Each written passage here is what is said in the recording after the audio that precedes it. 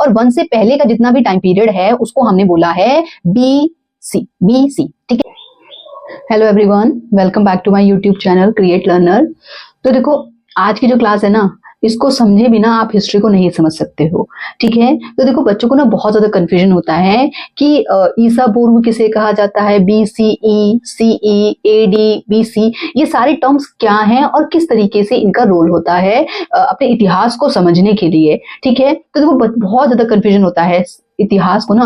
मतलब एक मैं अगर आपसे सच में आपसे क्वेश्चन पूछूं ना कि आप लोगों ने एनसीईआरटी पढ़ी होंगी, क्लास 6 की एनसीईआरटी, क्लास 7 की एनसीईआरटी, क्लास 8 की एनसीईआरटी। जब हम 6, 7, 8 में रहकर उस एनसीईआरटी को पढ़ रहे थे ना, तो हम लोगों को सच में ही नहीं जानकारी दी कि भाई क्लास 6 की जो हिस्ट्री है वो हमें किस बारे में बता रही है या कौन से टाइम पीरियड के बारे में बता रही है, ठीक। क्लास 7 की किस टाइम पीरियड के बारे में बता रही है और क्लास 8 की। अब जाके जैसे जैसे हम इन चीजों को समझेंगे ना, तो आप लोगों को वो इतिहास को समझना, वो सारी एनसीईआरटीज को समझना ना बहुत ज्यादा इजी हो जाएगा। तो देखो, सबसे पहले हम बात करेंगे BCE, CE, AD और BC के बारे में, ठीक है। तो देखो, चलो स्टार्ट करते हैं। आप लोगों ने मैथ्स में अपनी नंबर लाइन पढ़ी होगी, ठीक है। तो मैं नंबर लाइन से स्टार्ट करूंगी कि देखो, यहाँ पर जैसे हम लोग मैथ्स में नंबर लाइन पढ़ते हैं कि बीच में क्या होता है, 0, और 0 के राइट हैंड साइड पर होते हैं हमारे पास पॉजिटिव नंबर्स और 0 के लेफ्ट हैंड साइड पर होते हैं नेगेटिव नंबर, ठीक है। लाइक 1, 2, 3, 4, 5, 6 इस तरीके से। यहाँ पर होते हैं -1, -2, -3, है ना, ठीक है। तो देखो, ऐसा समझो कि इतिहास ना, अभी तक का जो इतिहास है वो बहुत मतलब समय बीत चुका है, हमारी अर्थ को बने हुए बहुत लंबा समय हो चुका है। और इतना बड़ा टाइम पीरियड में से 99% जो हमारी हिस्ट्री है ना, वो ऐसा समझ लीजिए कि प्री हिस्ट्री में कन्वर्ट होती है, ठीक है। प्री हिस्ट्री का मतलब होता है ऐसा इतिहास जिसके बारे में लिखा नहीं जा चुका है, कुछ भी रिटन एविडेंसेस नहीं है हमारे पास सिर्फ आर्कियोलॉजिकल एविडेंसेस हैं। कहीं से टूल्स मिल गए, कहीं से वेपन्स मिल गए, कुछ खुदाई की गई आपने, ठीक है। इस तरीके से हमारे पास प्री हिस्ट्री के बारे में जानने के लिए चीजें हैं, ठीक है। तो 99% हिस्ट्री हमारे इसी टाइम पीरियड में आती है, और बाकी जो 1% हिस्ट्री है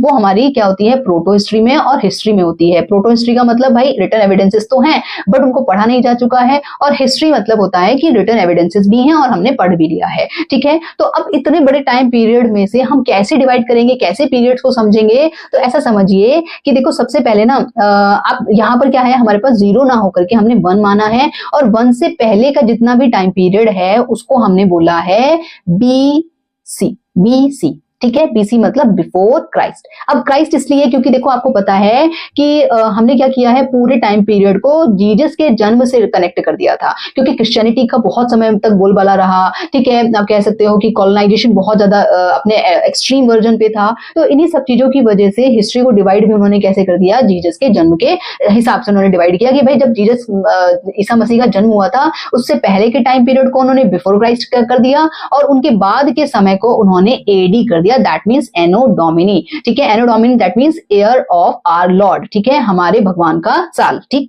तो यहां पर हमने क्या कहा कि भाई BC that means before Christ, AD that means anno Domini, clear. तो यहां पर देखो, समझेंगे कि BC that means before Christ and AD that means anno Domini were originally used to mark the birth of Jesus Christ as the central event of the calendar, ठीक है। मतलब हमने क्या किया कि भाई जीसस के जन्म को एक मार्क मान लिया, ठीक है, और उससे पहले के समय को BC और उसके बाद के समय को AD कह दिया, ठीक है। और आज हम कहाँ हैं, 21st सेंचुरीज में। इसको नंबर लाइन की तरीके से समझ लो, क्लियर। अब लेकिन जो BC है, क्योंकि देखो पूरी दुनिया भर में हम सिर्फ क्रिश्चियनिटी को ही क्यों फॉलो करें, ठीक है, या क्रिश्चियनिटी के आधार पर ही हम पूरे इतिहास को क्यों डिवाइड करें, इस चीज को लेकर के बहुत डिबेट हुआ, बहुत डिस्कशन हुए। तो बाद में हमने इसके लिए जो टाइम पीरियड को डिवाइड करने के सेक्युलर वर्जन को फॉलो किया। दैट मीन्स हमने क्या किया कि भाई BC को कन्वर्ट करके हमने BCE कर दिया, ठीक है। हमने क्या कर दिया, इसको कन्वर्ट करके BCE that means before common era. अब यहाँ पर ये सेक्युलर वर्जन है, ठीक है।